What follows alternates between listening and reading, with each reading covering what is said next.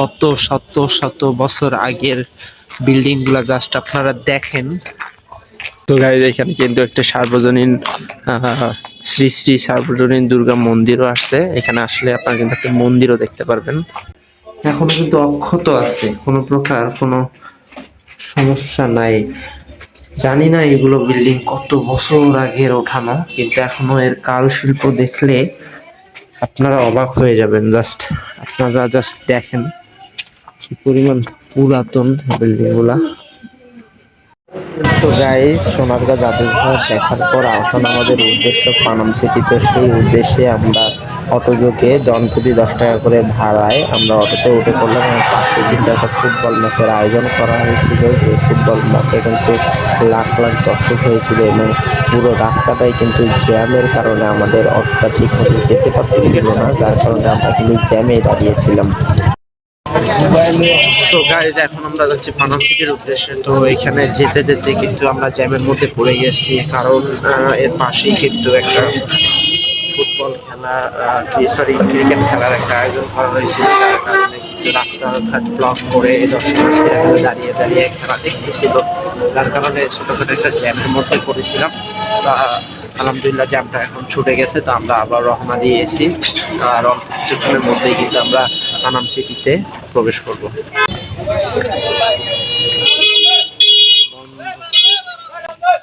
তো আমরা কিন্তু ফাইনালি ঢুকে গেলাম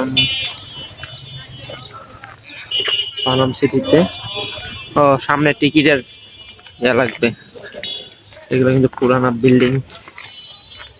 সামনে মানে টিকিট কাটতে হবে, এখানে টিকিট কাটার কোনো নাই, স্পেস নাই। কত শত শত বছর আগের বিল্ডিং গুলা জাস্ট আপনারা দেখেন।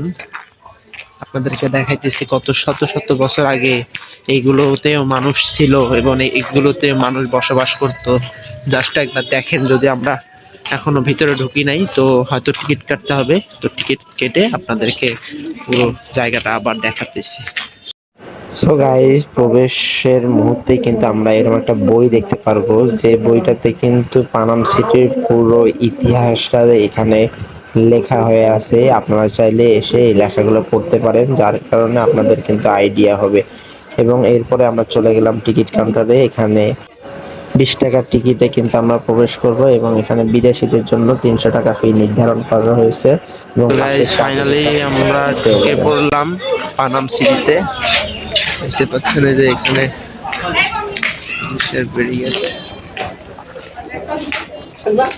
জাস্ট দেখেন ভবনটা, অসাধারণ একটা ভবন।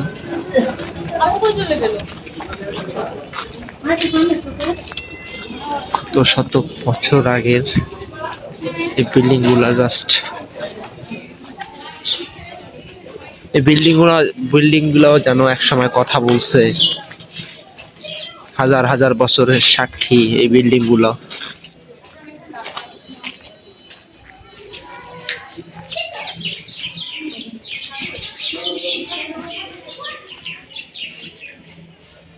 তো গাইজ, আমরা ইতিমধ্যে ভিতরে প্রবেশ করেছি পানাম সিটি। তো দেখতে পাচ্ছেন আমার পাশে কিন্তু শত শত বছর পুরনো যে বিল্ডিং গুলো, যেগুলো আমরা এতদিন বইয়ের পাতায় কিন্তু দেখে আসছি এবং এর ইতিহাস সম্বন্ধে আমরা বইয়ে পড়ছি।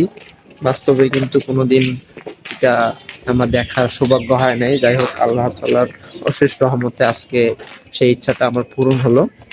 তো আপনাদেরকে পুরো জায়গাটা আমি ঘুরিয়ে দেখাচ্ছি। তো এখানকার প্রত্যেকটা বিল্ডিং যেন এক ইতিহাস বহন করে আসছে। এখানে কিন্তু অনেক বিল্ডিং আছে যেগুলো সামনে কিন্তু যেগুলো ঝুঁকিপূর্ণ বিল্ডিং। অবশ্য আমার দেখা সবগুলো বিল্ডিংই মোটামুটি ঝুঁকিপূর্ণ, কারণ এখানে ঝুঁকিপূর্ণ বিল্ডিং কারণ হচ্ছে শত শত বছর আগের এই বিল্ডিংগুলো কিন্তু ইতিহাস ঐতিহ্যে সাক্ষ্য বহন করে আসছে। পানাম নগর বাংলাদেশের অন্যতম প্রাচীন ও ঐতিহাসিক নগরী। এটি প্রাচীন বাংলার রাজধানী সোনারগাঁ রাজধানী যুগের একটি গুরুত্বপূর্ণ অংশ ছিল। পানাম নগর তার পুরনো স্থাপত্য, ঐতিহ্যবাহী ভবন ও ইতিহাসের জন্য আজও দর্শনার্থীদের কাছে অত্যন্ত আকর্ষণীয়। প্রায় 400 বছরেরও বেশি পুরনো এই নগরী মূলত মধ্যযুগে গড়ে উঠেছে। সোনারগাঁ ছিল একসময় বাংলার বাণিজ্য ও প্রশাসনের গুরুত্বপূর্ণ কেন্দ্র। 15 শতকে বাংলার মুসলিম শাসকদের সময় এটি বিশেষভাবে সমৃদ্ধ হয়। পরবর্তীতে ব্রিটিশ আমলে ধনী হিন্দু ব্যবসায়ীরা এখানে সুন্দর সুন্দর দালান নির্মাণ করেন। তখন পানামনগর ছিল কাপড় ও মুসলিম ব্যবসার একটি বড় কেন্দ্র। এখানকার ব্যবসায়ীরা উঠাবো তো আসা।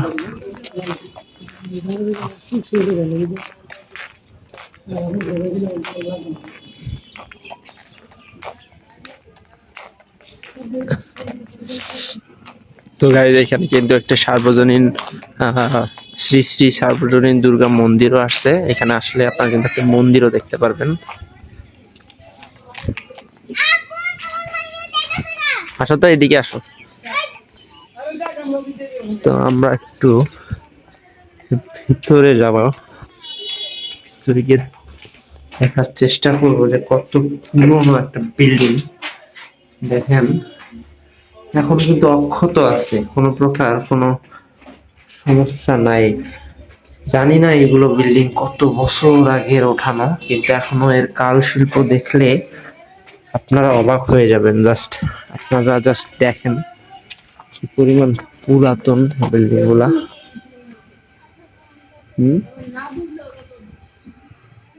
সিঁড়ি নাই। পানামনগরের ভবনগুলো মুঘল, ইউরোপীয়, উপনিবেশিক স্থাপত্য শৈলীর মিশ্রণ দেখা যায়। পুরো এলাকায় প্রায় 52টি পুরনো ভবন রয়েছে। ভবনগুলোর দেয়াল, জানালা, বারান্দা ও নকশা অত্যন্ত দৃষ্টিনন্দন। রাস্তার দুই পাশে সারিবদ্ধ ভবনগুলো দেখে মনে হয় যেন অতীতের কোনো একটি শহর চলে গেছে। প্রতিটি ভবনের কারুকাজ ইতিহাসের সাক্ষী হয়ে দাঁড়িয়ে আছে। প্রাচীন বাংলার ঐতিহাসিক নগরী হিসাবে পুরনো এই এখানে এসে তোমার কেমন লাগতেছে একটু বলো। এই আগে তো বই দেখছিলাম, বই থেকে সামনে পাইলাম, চোখের সামনে এখন। এই সো এক্সাইটেড ছিলাম বইয়ের থেকে দেখার, তো দেখা হয়ে গেল। পানামনগর অতি বিখ্যাত। বর্তমানে পানামনগর বাংলাদেশের প্রত্নতত্ত্ব অধিদপ্তরের তত্ত্বাবধানে সংরক্ষিত। এটি বাংলাদেশের গুরুত্বপূর্ণ প্রত্নতাত্ত্বিক নিদর্শনের একটি। প্রতি বছর হাজার হাজার পর্যটক এখানে ঘুরতে আসেন এবং পুরনো বাংলার ইতিহাসকে কাছ থেকে দেখার সুযোগ পান। পানামনগর গেলে পুরনো ইটের দালান, শান্ত পরিবেশ এবং ঐতিহাসিক আবহ মনকে অন্যরকম অনুভূতি দেয়। বিশেষ করে বিকেলের সময় পানামনগর শুধু একটি পুরনো শহর নয়, এটি বাংলার হারিয়ে যাওয়া ঐতিহাসিক জীবন্ত স্মৃতি।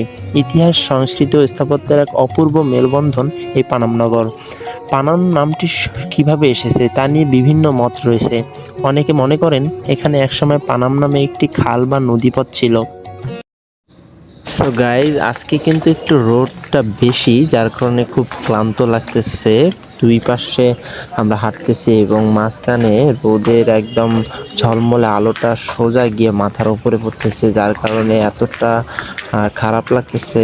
কিছু করার নাই, এই রোদে আমাদেরকে ঘুরতে হবে, যেহেতু একটি ঐতিহাসিক জায়গা। সম্পূর্ণটা না ঘুরে কি আর যাওয়া যায়, সম্পূর্ণটাই ঘুরবো।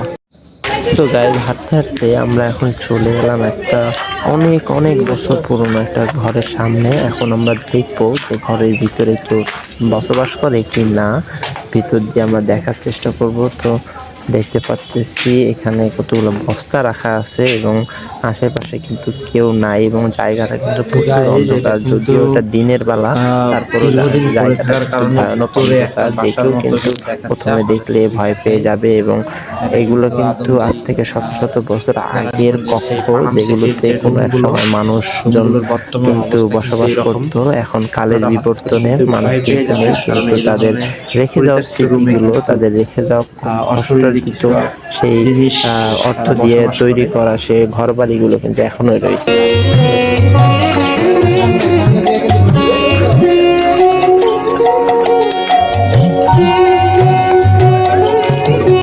দেখেন এই রুমগুলো কতটা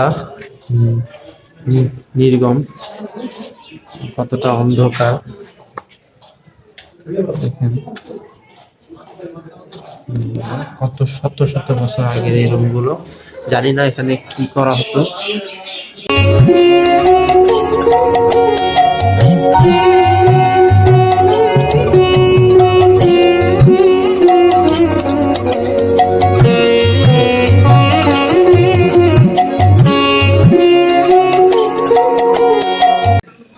জায়গাগুলো এখনো কিন্তু অক্ষত অবস্থায় আছে।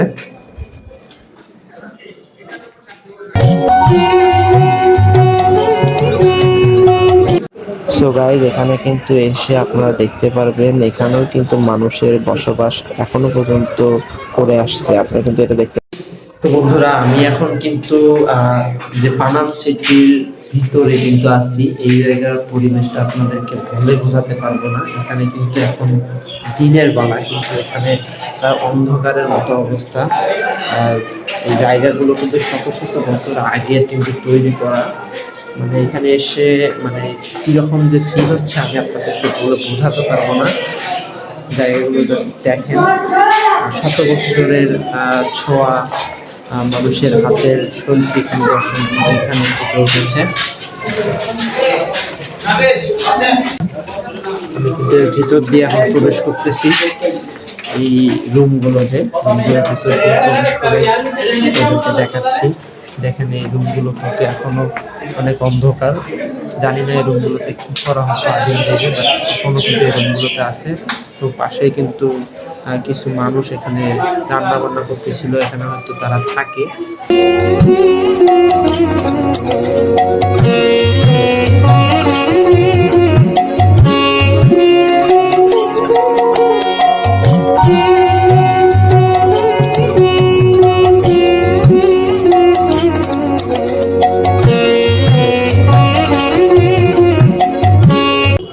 তো আজকে সারাদিন সোনারগাঁতে ঘুরলাম এবং প্রথমে ফার্স্ট টাইম গেলাম সোনারগাঁ জাদুঘরে, তারপর পানাম সিটিতে। তো সেই আমরা অনেকক্ষণ থেকে দীর্ঘ 4-5 ঘন্টা থেকে আমরা ঘোরাঘুরি করলাম। বিভিন্ন ঐতিহ্যবাহী প্রাচীন আমলের বিভিন্ন জিনিসপত্র আপনাদেরকে দেখালাম। তো এখন একটু টায়ার্ড হয়ে গেছি, যার কারণে ক্ষুধাও লেগেছে, যার কারণে পাশে একটা হোটেল আসছিল, খোলামেলা হোটেল। তো এই হোটেলে আর কি নাস্তা খাওয়ার জন্য আমরা দাঁড়াইছি এবং নাস্তা তৈরি হচ্ছে, সেই পর্যন্ত আমরা ওয়েট করব এবং নাস্তা খাওয়া শেষ হলে আমরা কিন্তু আবার আমাদের বাসার উদ্দেশ্যে রওনা দিব। তো আজকের এই ভিডিওটা খুব যদিও লেন্দি হয়ে গেছে, তারপর আপনাদেরকে পুরো জায়গার আমি দেখাতে পারি নাই। যদি আরো দেখাইতে পারতাম হয়তো নিজেকে আরো ভালো মনে করতাম যে না, সবকিছু আপনাদেরকে দেখাইতে পারছি। যাই হোক, অনেক কিছুই দেখাইতে পারি না এবং অনেক কিছুই দেখানোর ট্রাই করছি, জানি না কতটুকু ভালো লাগছে। তো আজকের এই ভিডিওটা অবশ্যই আপনাদেরকে যদি অনুপ্রাণিত এবং একটু ভালো লেগেছে, অবশ্যই আমার চ্যানেলটা সাবস্ক্রাইব করে পাশে থাকবেন।